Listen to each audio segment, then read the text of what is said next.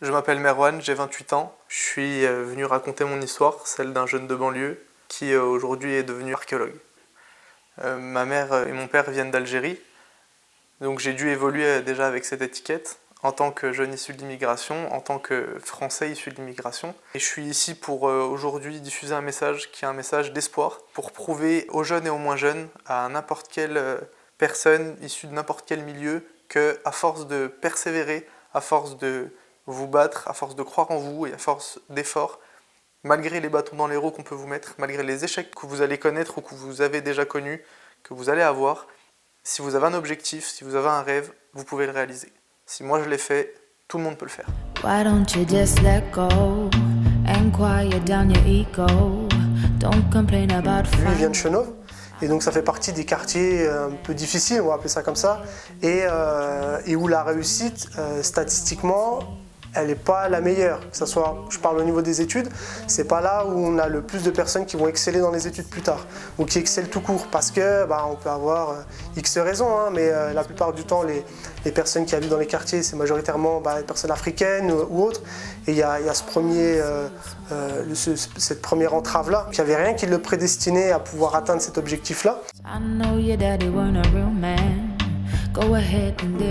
Il est fédérateur. C'est que peu importe les gens qu'il rencontre, s'ils viennent de milieux sociaux différents ou pas, il arriverait énormément à fédérer. Et peu importe qui est en face de lui. Donc ça, c'est la première chose qui le qualifie. Et la deuxième chose, c'est sa persévérance. J'irai tête haute le premier. Je pense que c'est le premier mot qui me vient. C'est quoi qu'il se passe, que ça aille bien, que ça aille pas bien, il a toujours la tête haute, on ne voit jamais tête baissée. C'est un bon vivant, c'est-à-dire qu'il sera toujours partant, il aura toujours le sourire. Il a une vraie capacité de projection auprès des autres et d'être capable de se mettre à leur niveau. Peu importe dans quel milieu on va le mettre, il va s'adapter.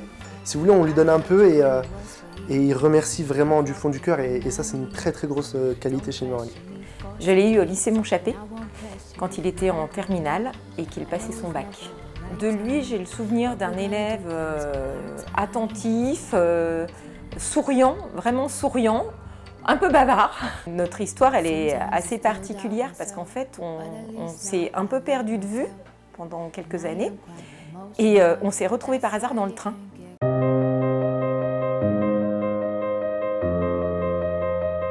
Alors là, on est au plateau de Chenôve. C'est ici que tout a commencé.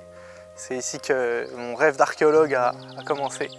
Je venais ici alors avec des amis, avec des proches de la famille, ramasser les premiers fossiles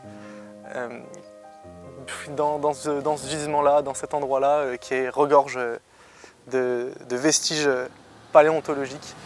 Et vraiment, je m'amusais très régulièrement à ramasser tous les petits cailloux que je trouvais un petit peu atypiques et je les ramenais chez moi et c'est ici que vraiment tout a commencé. Peut-être qu'au début tu mets pas forcément de mots dessus, mais tu sens que tu prends peut-être plaisir à ramasser ces petites choses-là, à collectionner des trucs un peu historiques, à lire certains livres sur les dinosaures ou autre, tu vois. Je pense que ça vient de là aussi le rêve, c'est le plaisir que tu as à faire certaines choses et après tu arrives à concrétiser un petit peu ça, puis à trouver le nom du métier qui correspond à ce rêve. Mais ouais, je pense que tout ça, ça a cultivé un peu son ambition. Qu'est-ce que ça te fait de venir là?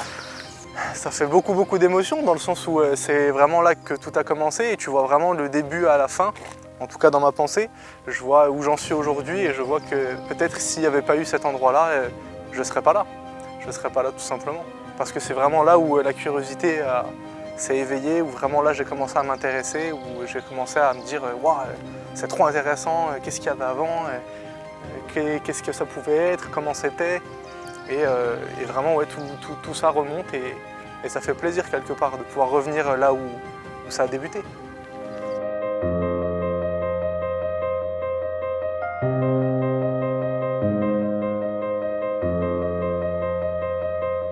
Au collège du chapitre, c'était particulier parce que déjà c'était pas 1 heure de cours qu'on avait, c'était 1/2 heure de cours parce qu'il fallait que la prof nous calme pendant les 30 minutes, les 30 premières minutes.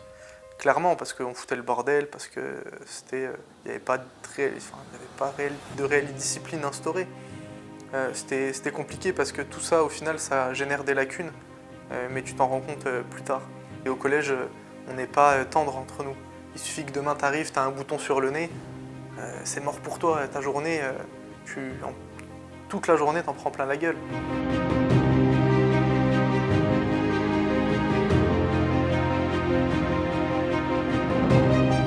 Chap, c'est un lycée où il y a une très belle et très forte diversité ethnique et génétique, où tout le monde vient de tout part et on est dans un collège-lycée où on vous laisse complètement en roue libre, quoi. Donc vous faites ce que vous voulez. Si vous voulez pas bosser, vous bossez pas. Si vous voulez bosser, vous bossez. Si vous voulez faire des conneries, vous faites des conneries. Et donc c'est là-bas qu'on s'est rencontrés, quoi. Et puis de fil en aiguille, on a vite accroché. Je l'avais que 2 heures par semaine en série technologique. Ils ont 2 heures de philo par semaine. Dans les matières générales, ils ont au moins 4 heures. Et donc c'est difficile ce qu'on leur demande de faire en 2 heures quand les autres ont 4 heures. Il y a ce côté-là où on se dit, bon bah ok, j'ai qu'une vie, il faut que je bosse, il faut que je fasse le boulot et je me donne les moyens d'y arriver. Soit on se dit, bah, vas-y, personne ne me surveille, je fais ce que je veux, quoi. Et quand on est au lycée, à cette mentalité-là, on peut très vite être dans plutôt cette deuxième option que dans la première, parce qu'on n'a pas encore assez de maturité pour se rendre compte de la chance qu'on a au niveau de l'éducation ou de ces choses-là, ou de la chance qu'on doit saisir aussi pour l'avenir, pour plus tard, ce que lui et moi avons tous les deux fait. En philosophie, il avait un niveau assez satisfaisant. Il avait autour de 12, 13, mais je pense qu'il aurait eu un bien meilleur niveau s'il avait eu plus en fait, d'heures de cours, parce que comme ce n'était pas du tout la matière principale de sa filière, et il avait vraiment des aptitudes. Ce qu'il a prouvé d'ailleurs, parce que pour faire ses études d'histoire après et pour arriver jusqu'à l'archéologie, il lui fallait quand même savoir construire une dissertation, un niveau de réflexion satisfaisant, un niveau d'abstraction. On remplissait à chaque rentrée une feuille où on devait dire ce qu'on faisait, ce que faisaient nos parents. Donc d'emblée, il y avait maman faisait femme de ménage, papa, point d'interrogation, parce que je ne savais pas du tout ce qu'il faisait et je n'avais pas grandi avec lui. Et tu mettais ce que tu voulais être toi. Et je ne m'ai jamais dit que je voulais être archéologue. Et un prof est venu, il m'a dit faut que tu sois moins ambitieux, parce que concrètement, alors c'est dans sa définition à lui, c'était je suis trop ambitieux parce que je viens d'une banlieue, parce que je suis très probablement un jeune issu de l'immigration, et que le métier d'archéologue, c'est un métier où il faut faire bac+5, il faut faire des études, des longues études, des études compliquées, et ça m'était visiblement présenté comme impossible. C'est décourageant, et si Merwan n'avait pas été suffisamment déterminé, ça aurait pu le décourager. Bien sûr, quand t'es gamin et qu'on te dit voilà, que tu viens avec ton petit rêve entre les mains, voilà, j'aimerais faire ça, et que tu oses comparé aux autres ou pas, tu vois, mais tu oses dire voilà, mon espoir c'est celui-là, mon rêve c'est celui-là, et qu'on te dit non, va falloir redescendre et puis faire autre chose. Bien sûr que c'est un choc qui est énorme. C'est sûr que c'est une erreur de le dire. Moi, je me permettrais jamais de dire ça à un élève. On dit vas-y, essaye, et puis si en effet tu vois que c'est pas fait pour toi ou que tu n'as pas les aptitudes pour le faire une fois que tu as essayé, à ce moment-là, tu changes d'orientation, mais essaye. C'est peut-être le meilleur cadeau qu'il a pu lui faire finalement, de le challenger, de dire il faut que tu sois moins ambitieux parce que tu n'y arriveras pas. Et peut-être que lui, peut-être en le piquant comme ça, c'est comme ça que pour Merwan ça a fait tilt et qu'il a dit bon, faut que je passe la seconde et faut que j'y aille, quoi. Quand on fait un bac technologique, en général on n'est pas destiné, je me comprends, à faire de longues études derrière. On va au BTS maximum et on va tout de suite s'insérer professionnellement. J'ai redoublé une fois, j'ai redoublé 2 fois. J'avais jamais fait de fouilles archéologiques en bénévole, j'avais jamais vraiment visité de site archéologique. Et en fait, ça a été la révélation.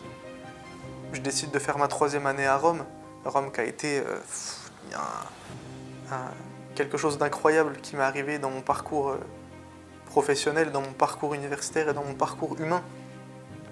Et ensuite, j'ai décidé de faire mon master à Bordeaux, que je connaissais pas et qui a été réputé comme très très bon, voire le meilleur en archéologie et en archéologie préventive en l'occurrence, ce que je pratique aujourd'hui.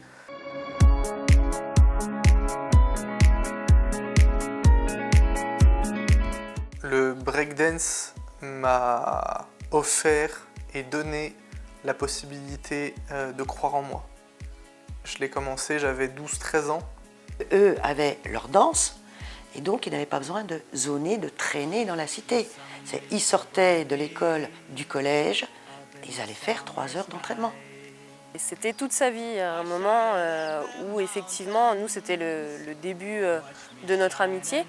Et c'était même compliqué d'être ami avec lui puisque la danse c'était tout. C'est une discipline extrêmement complexe. On met parfois plusieurs années avant de réaliser un mouvement.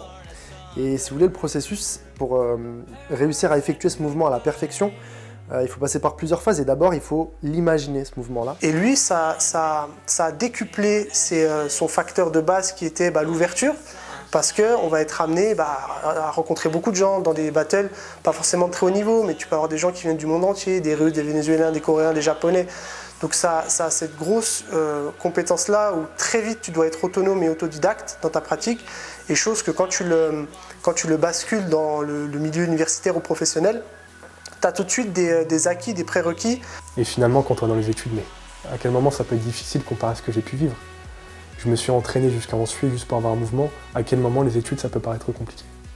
Et je pense qu'un peu cet esprit que nous a développé le break, ça nous a grandement aidé pour les études ou ce genre de choses. Le break, de manière générale aussi les sports, ou l'art, ça a ce point fort-là de faire connecter des gens qui se seraient peut-être pas connectés d'une autre façon.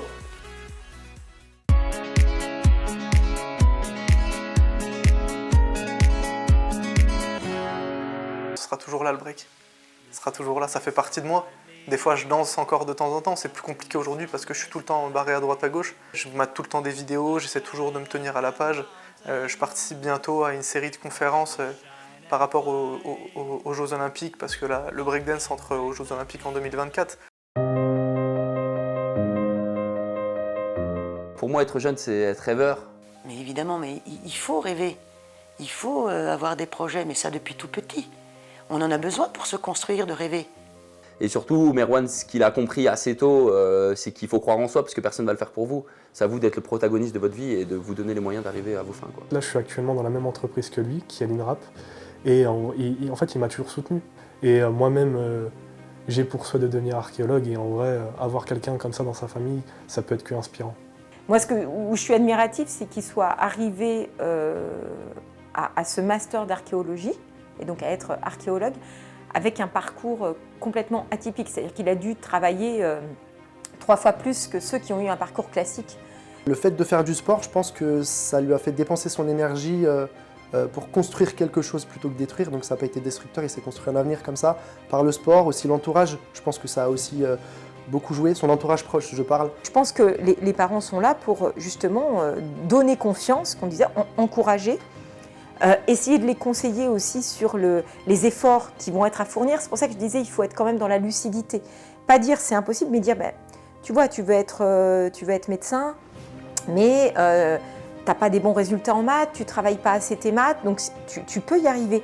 Mais il va falloir que tu fasses vraiment les efforts nécessaires pour y arriver. Donc on tente, et ensuite, si on se rend compte que ça nous convient parfaitement et qu'on a les moyens de réussir, on poursuit. Si on se rend compte que vraiment, non, ça demande des compétences et des aptitudes qu'il n'est pas en notre pouvoir de développer, eh bien, on s'oriente vers autre chose. Voilà. Mais je pense qu'il faut donner sa chance à l'expérience. C'est vrai qu'il y a quand même beaucoup trop d'élèves qui sont découragés avant même d'avoir essayé. C'est ça qui me pose problème, en fait. C'est une phrase qui était dans un film avec Will Smith, mais en gros, c'est un rêve, il faut le protéger. Il faut laisser personne pouvoir l'atteindre. Donc tu vas avoir des gens, mais à tire-larigot, qui vont te dire non, c'est pas possible, non, tu viens de tel pays, non, t'es africain, non, t'es asiate. Enfin, il y aura des bâtons partout, tout le temps, à tout moment de ta vie. Et c'est arriver à faire abstraction de ça et dire non, moi j'ai mon rêve, j'y vais, point. Donc c'est oser rêver. On va faire le petit slogan, mais ça serait ça. J'ai réussi mon rêve d'être archéologue, mais j'ai d'autres rêves. J'ai d'autres rêves.